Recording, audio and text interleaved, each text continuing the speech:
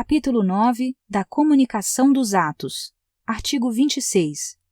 O órgão competente perante o qual tramita o processo administrativo determinará a intimação do interessado para a ciência de decisão ou a efetivação de diligências. Parágrafo 1º. A intimação deverá conter 1. Identificação do intimado e nome do órgão ou entidade administrativa. 2. Finalidade da intimação. 3. Data, hora e local em que deve comparecer. 4. Se o intimado deve comparecer pessoalmente ou fazer-se representar. 5. Informação da continuidade do processo, independentemente do seu comparecimento. 6. Indicação dos fatos e fundamentos legais pertinentes. Parágrafo 2º. A intimação observará a antecedência mínima de 3 dias úteis quanto à data de comparecimento. Parágrafo 3º. A intimação pode ser efetuada por ciência no processo, por via postal, com aviso de recebimento, por telegrama ou outro meio que assegure a certeza da ciência do interessado. Parágrafo 4º. No caso de interessados indeterminados, desconhecidos ou com domicílio indefinido, a intimação deve ser efetuada por meio de publicação oficial. Parágrafo 5º. As intimações serão nulas quando feitas sem observância das prescrições legais, mas o comparecimento do administrado supre falta ou irregularidade. Artigo 27. O desatendimento da intimação não importa o reconhecimento da verdade dos fatos, nem a renúncia a direito pelo administrado. Parágrafo único. No prosseguimento do processo será garantido o direito de ampla defesa ao interessado. Artigo 28. Devem ser objeto de intimação os atos do processo que resultem para o interessado em imposição de deveres, ônus, sanções ou restrição ao exercício de direitos e atividades, e os atos de outra natureza de seu interesse. Capítulo 10 da Instrução. Artigo 29. As atividades de instrução destinadas a averiguar e comprovar os dados necessários à tomada de decisão realizam-se de ofício ou mediante impulsão do órgão responsável pelo processo, sem prejuízo do direito dos interessados de propor atuações probatórias. Parágrafo 1º. O órgão competente para a instrução fará constar dos autos os dados necessários à decisão do processo. Parágrafo 2º. Os atos de instrução que exijam a atuação dos interessados devem realizar-se do modo menos oneroso para estes. Artigo 30. São inadmissíveis no processo administrativo as provas obtidas por meios ilícitos. Artigo 31. Quando a matéria do processo envolver assunto de interesse geral, o órgão competente poderá, mediante despacho motivado, abrir período de consulta pública para manifestação de terceiros, antes da decisão do pedido, se não houver prejuízo para a parte interessada. Parágrafo 1º. A abertura da consulta pública será objeto de divulgação pelos meios oficiais, a fim de que as pessoas físicas ou jurídicas possam examinar os autos, fixando-se prazo para oferecimento de alegações escritas. Parágrafo 2º.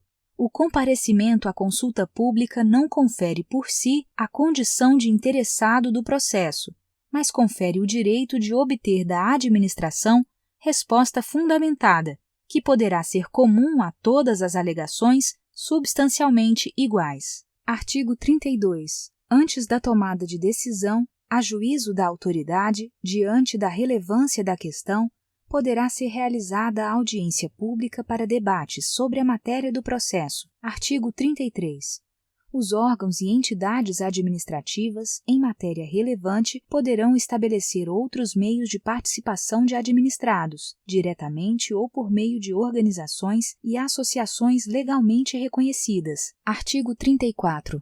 Os resultados da consulta e audiência pública e de outros meios de participação de administrados deverão ser apresentados com a indicação do procedimento adotado. Artigo 35.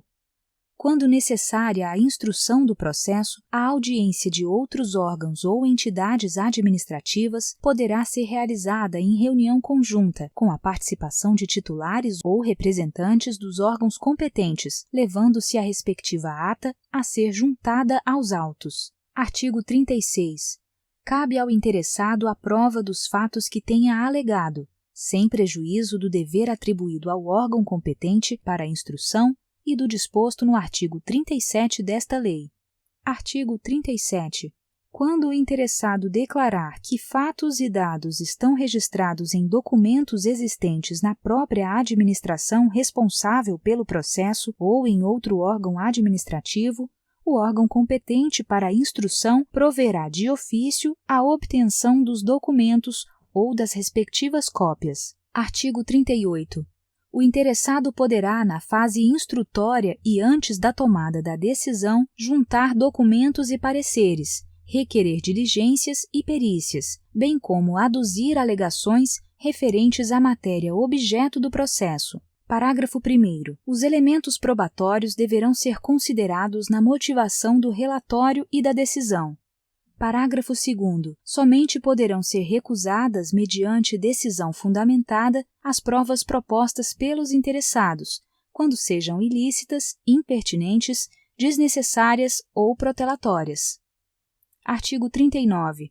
Quando for necessária a prestação de informações ou a apresentação de provas pelos interessados ou terceiros, serão expedidas intimações para esse fim, mencionando-se data, prazo, forma e condições de atendimento. Parágrafo único. Não sendo atendida a intimação, poderá o órgão competente, se entender relevante a matéria, suprir de ofício a omissão, não se eximindo de proferir a decisão. Artigo 40. Quando dados, atuações ou documentos solicitados ao interessado forem necessários à apreciação de pedido formulado, o não atendimento no prazo fixado pela administração para a respectiva apresentação implicará arquivamento do processo. Artigo 41. Os interessados serão intimados de prova ou diligência ordenada, com antecedência mínima de 3 dias úteis, mencionando-se data, hora e local de realização. Artigo 42. Quando deva ser obrigatoriamente ouvido um órgão consultivo, o parecer deverá ser emitido no prazo máximo de 15 dias, salvo norma especial ou comprovada necessidade de maior prazo. Parágrafo 1º. Se um parecer obrigatório e vinculante deixar de ser emitido no prazo fixado, o processo não terá seguimento até a respectiva apresentação, responsabilizando-se quem der causa ao atraso. Parágrafo 2º. Se um parecer obrigatório e não vinculante deixar de ser emitido no prazo fixado, o processo poderá ter prosseguimento e ser decidido com sua dispensa, sem prejuízo da responsabilidade de quem se omitiu no atendimento. Artigo 43. Quando, por disposição de ato normativo, devam ser previamente obtidos laudos técnicos de órgãos administrativos e estes não cumprirem o encargo no prazo assinalado, o órgão responsável pela instrução deverá solicitar laudo técnico de outro órgão dotado de qualificação e capacidade técnica equivalentes. Artigo 44. Encerrada a instrução, o interessado terá o direito de manifestar-se no prazo máximo de 10 dias, salvo se outro prazo for legalmente fixado.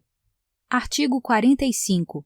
Em caso de risco iminente, a administração pública poderá motivadamente adotar providências acauteladoras, sem a prévia manifestação do interessado. Artigo 46. Os interessados têm direito à vista do processo e a obter certidões ou cópias reprográficas dos dados e documentos que o integram, ressalvados os dados e documentos de terceiros protegidos por sigilo ou pelo direito à privacidade, à honra e à imagem. Artigo 47. O órgão de instrução que não for competente para emitir a decisão final elaborará relatório indicando o pedido inicial, o conteúdo das fases do procedimento e formulará proposta de decisão, objetivamente justificada, encaminhando o processo à autoridade competente. Capítulo 11. Do dever de decidir. Artigo 48. A administração tem o dever de explicitamente emitir decisão nos processos administrativos e sobre solicitações ou reclamações em matéria de sua competência. Artigo 49. Concluída a instrução de processo administrativo, a administração tem o prazo de até 30 dias para decidir, salvo prorrogação por igual período, expressamente motivada. Capítulo 12. Da motivação. Artigo 50. Os atos administrativos deverão ser motivados com indicação dos fatos e dos fundamentos jurídicos quando 1. Neguem, limitem ou afetem direitos ou interesses. 2. Imponham ou agravem deveres, encargos ou sanções. 3. Decidam processos administrativos de concurso ou seleção pública. 4. Dispensem ou declarem a inexigibilidade de processo licitatório. 5. Decidam recursos administrativos. 6. Decorram de reexame de ofício. 7. Deixem de aplicar jurisprudência firmada sobre a questão ou discrepem de pareceres, laudos, propostas e relatórios oficiais. 8. Importem anulação, revogação, suspensão ou convalidação de ato administrativo. Parágrafo 1º. A motivação deve ser explícita, clara e congruente, podendo considerar em declaração de concordância com fundamentos de anteriores pareceres, informações, decisões ou propostas, que neste caso serão parte integrante do ato. Parágrafo 2º. Na solução de vários assuntos da mesma natureza, pode ser utilizado o meio mecânico que reproduza os fundamentos das decisões, desde que não prejudique direito ou garantia dos interessados. Parágrafo 3º. A motivação das decisões de órgãos colegiados e comissões ou de decisões orais constará da respectiva ata ou de termo escrito. Capítulo 13. Da desistência e outros casos de extinção do processo. Artigo 51.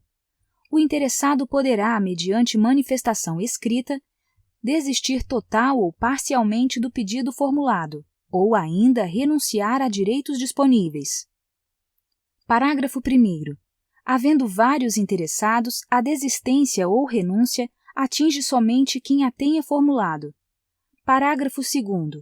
A desistência ou renúncia do interessado, conforme o caso, não prejudica o prosseguimento do processo, se a administração considerar que o interesse público assim o exige. Artigo 2º. O órgão competente poderá declarar extinto o processo quando exaurida sua finalidade, ou o objeto da decisão se tornar impossível, inútil ou prejudicado por fato superveniente. Capítulo 14. Da anulação, revogação e convalidação. Artigo 53. A administração deve anular seus próprios atos quando eivados de vício de legalidade e pode revogá-los por motivo de conveniência ou oportunidade, respeitados os direitos adquiridos. Artigo 54. O direito da administração de anular os atos administrativos de que decorrem efeitos favoráveis para os destinatários decai em 5 anos, contados da data em que foram praticados, salvo comprovada má-fé. Parágrafo 1º. No caso de efeitos patrimoniais contínuos, o prazo de decadência contar-se-á da percepção do primeiro pagamento. Parágrafo 2º.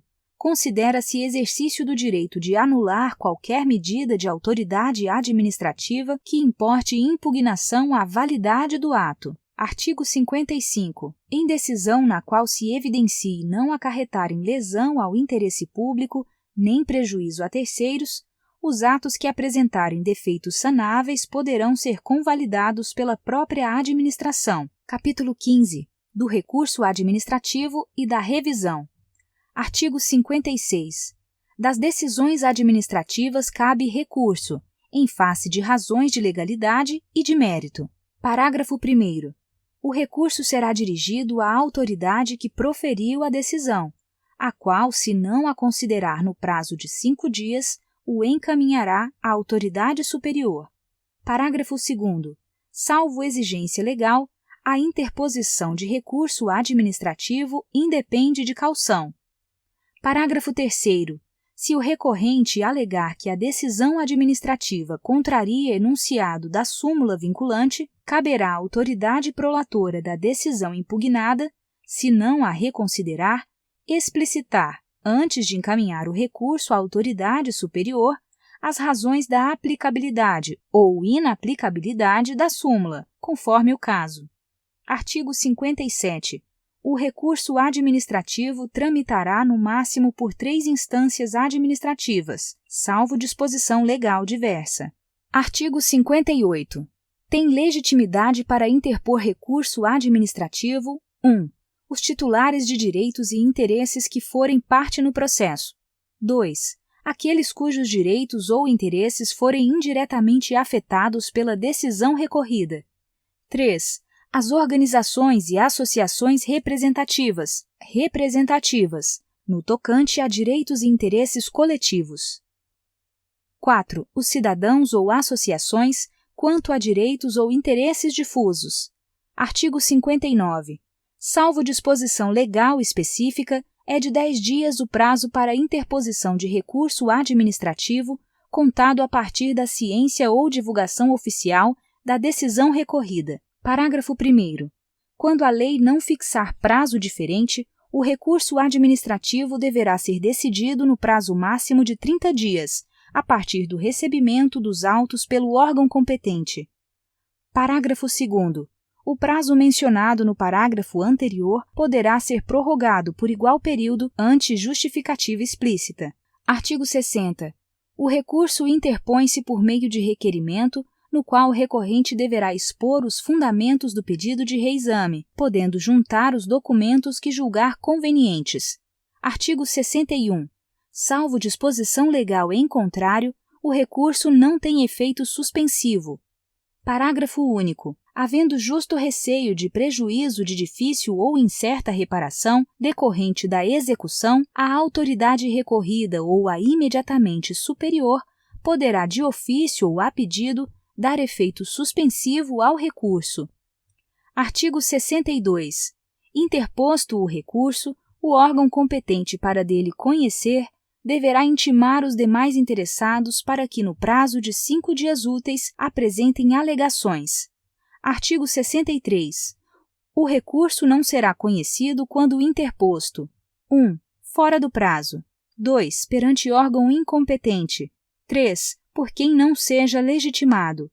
4. Após exaurida a esfera administrativa. Parágrafo 1º. Na hipótese do inciso 2, será indicada ao recorrente a autoridade competente, sendo-lhe devolvido o prazo para recurso. Parágrafo 2º. O não conhecimento do recurso não impede a administração de rever de ofício o ato ilegal, desde que não ocorrida preclusão administrativa. Artigo 64. O órgão competente para decidir o recurso poderá confirmar, modificar, anular ou revogar, total ou parcialmente, a decisão recorrida, se a matéria for de sua competência. Parágrafo único. Se da aplicação do disposto neste artigo puder decorrer gravame à situação do recorrente, este deverá ser cientificado para que formule suas alegações antes da decisão. Artigo 64-A. Se o recorrente alegar violação de enunciado da súmula vinculante, o órgão competente para decidir o recurso explicitará as razões da aplicabilidade ou inaplicabilidade da súmula, conforme o caso. Artigo 64-B. Acolhida pelo Supremo Tribunal Federal, a reclamação fundada em violação de enunciado da súmula vinculante dar-se-á ciência à autoridade prolatora e ao órgão competente para o julgamento do recurso, que deverão adequar as futuras decisões administrativas em casos semelhantes, sob pena de responsabilização pessoal nas esferas civil, administrativa e penal. Artigo 65. Os processos administrativos de que resultem sanções poderão ser revistos a qualquer tempo, a pedido ou de ofício, quando surgirem fatos novos ou circunstâncias relevantes suscetíveis de justificar a inadequação da sanção aplicada. Parágrafo único. Da revisão do processo não poderá resultar agravamento da sanção. Capítulo 16. Dos prazos. Artigo 66. Os prazos começam a correr a partir da data da cientificação oficial, excluindo-se da contagem o dia do começo e incluindo-se o do vencimento. Parágrafo 1º. Considera-se prorrogado o prazo até o primeiro dia útil seguinte se o vencimento cair em dia em que não houver expediente ou este for encerrado antes da hora normal. Parágrafo 2º. Os prazos expressos em dias contam-se de modo contínuo. Parágrafo 3º. Os prazos fixados em meses ou anos contam-se de data a data. Se no mês do vencimento não houver o dia equivalente àquele do início do prazo, tem-se como termo o último dia do mês.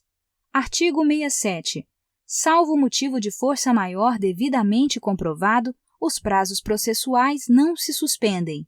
Capítulo 17. Das sanções. Artigo 68. As sanções a serem aplicadas por autoridade competente terão natureza pecuniária ou consistirão em obrigação de fazer ou de não fazer, assegurado sempre o direito de defesa. Capítulo 18. Das disposições finais. Artigo 69. Os processos administrativos específicos continuarão a reger-se por lei própria, aplicando-se-lhes apenas subsidiariamente os preceitos desta lei. Artigo 69-A. Terão prioridade na tramitação em qualquer órgão ou instância os procedimentos administrativos em que figure como parte ou interessado. 1. A pessoa com idade igual ou superior a 60 anos. 2. Pessoa portadora de deficiência física ou mental. 3. Vetado. 4. Pessoa portadora de tuberculose ativa, esclerose múltipla, neoplasia maligna, hanseníase, paralisia irreversível e incapacitante, cardiopatia grave, doença de Parkinson, espondiloartrose anquilosante, nefropatia grave, hepatopatia grave, estados avançados da doença de Paget, osteite deformante, contaminação por radiação, síndrome de imunodeficiência adquirida ou outra doença grave, com base em conclusão da medicina especializada, mesmo que a doença tenha sido contraída após o início do processo. Parágrafo 1º. A pessoa interessada na obtenção do benefício, juntando prova de sua condição, deverá requerê-lo à autoridade administrativa competente, que determinará as providências a serem cumpridas. Parágrafo 2º. Deferida a prioridade, os autos receberão identificação própria que evidencie o regime de tramitação prioritária. Parágrafo 3º e 4º vetados. Artigo 70. Esta lei entra em vigor na data de sua publicação. Brasília, 29 de janeiro de 1999.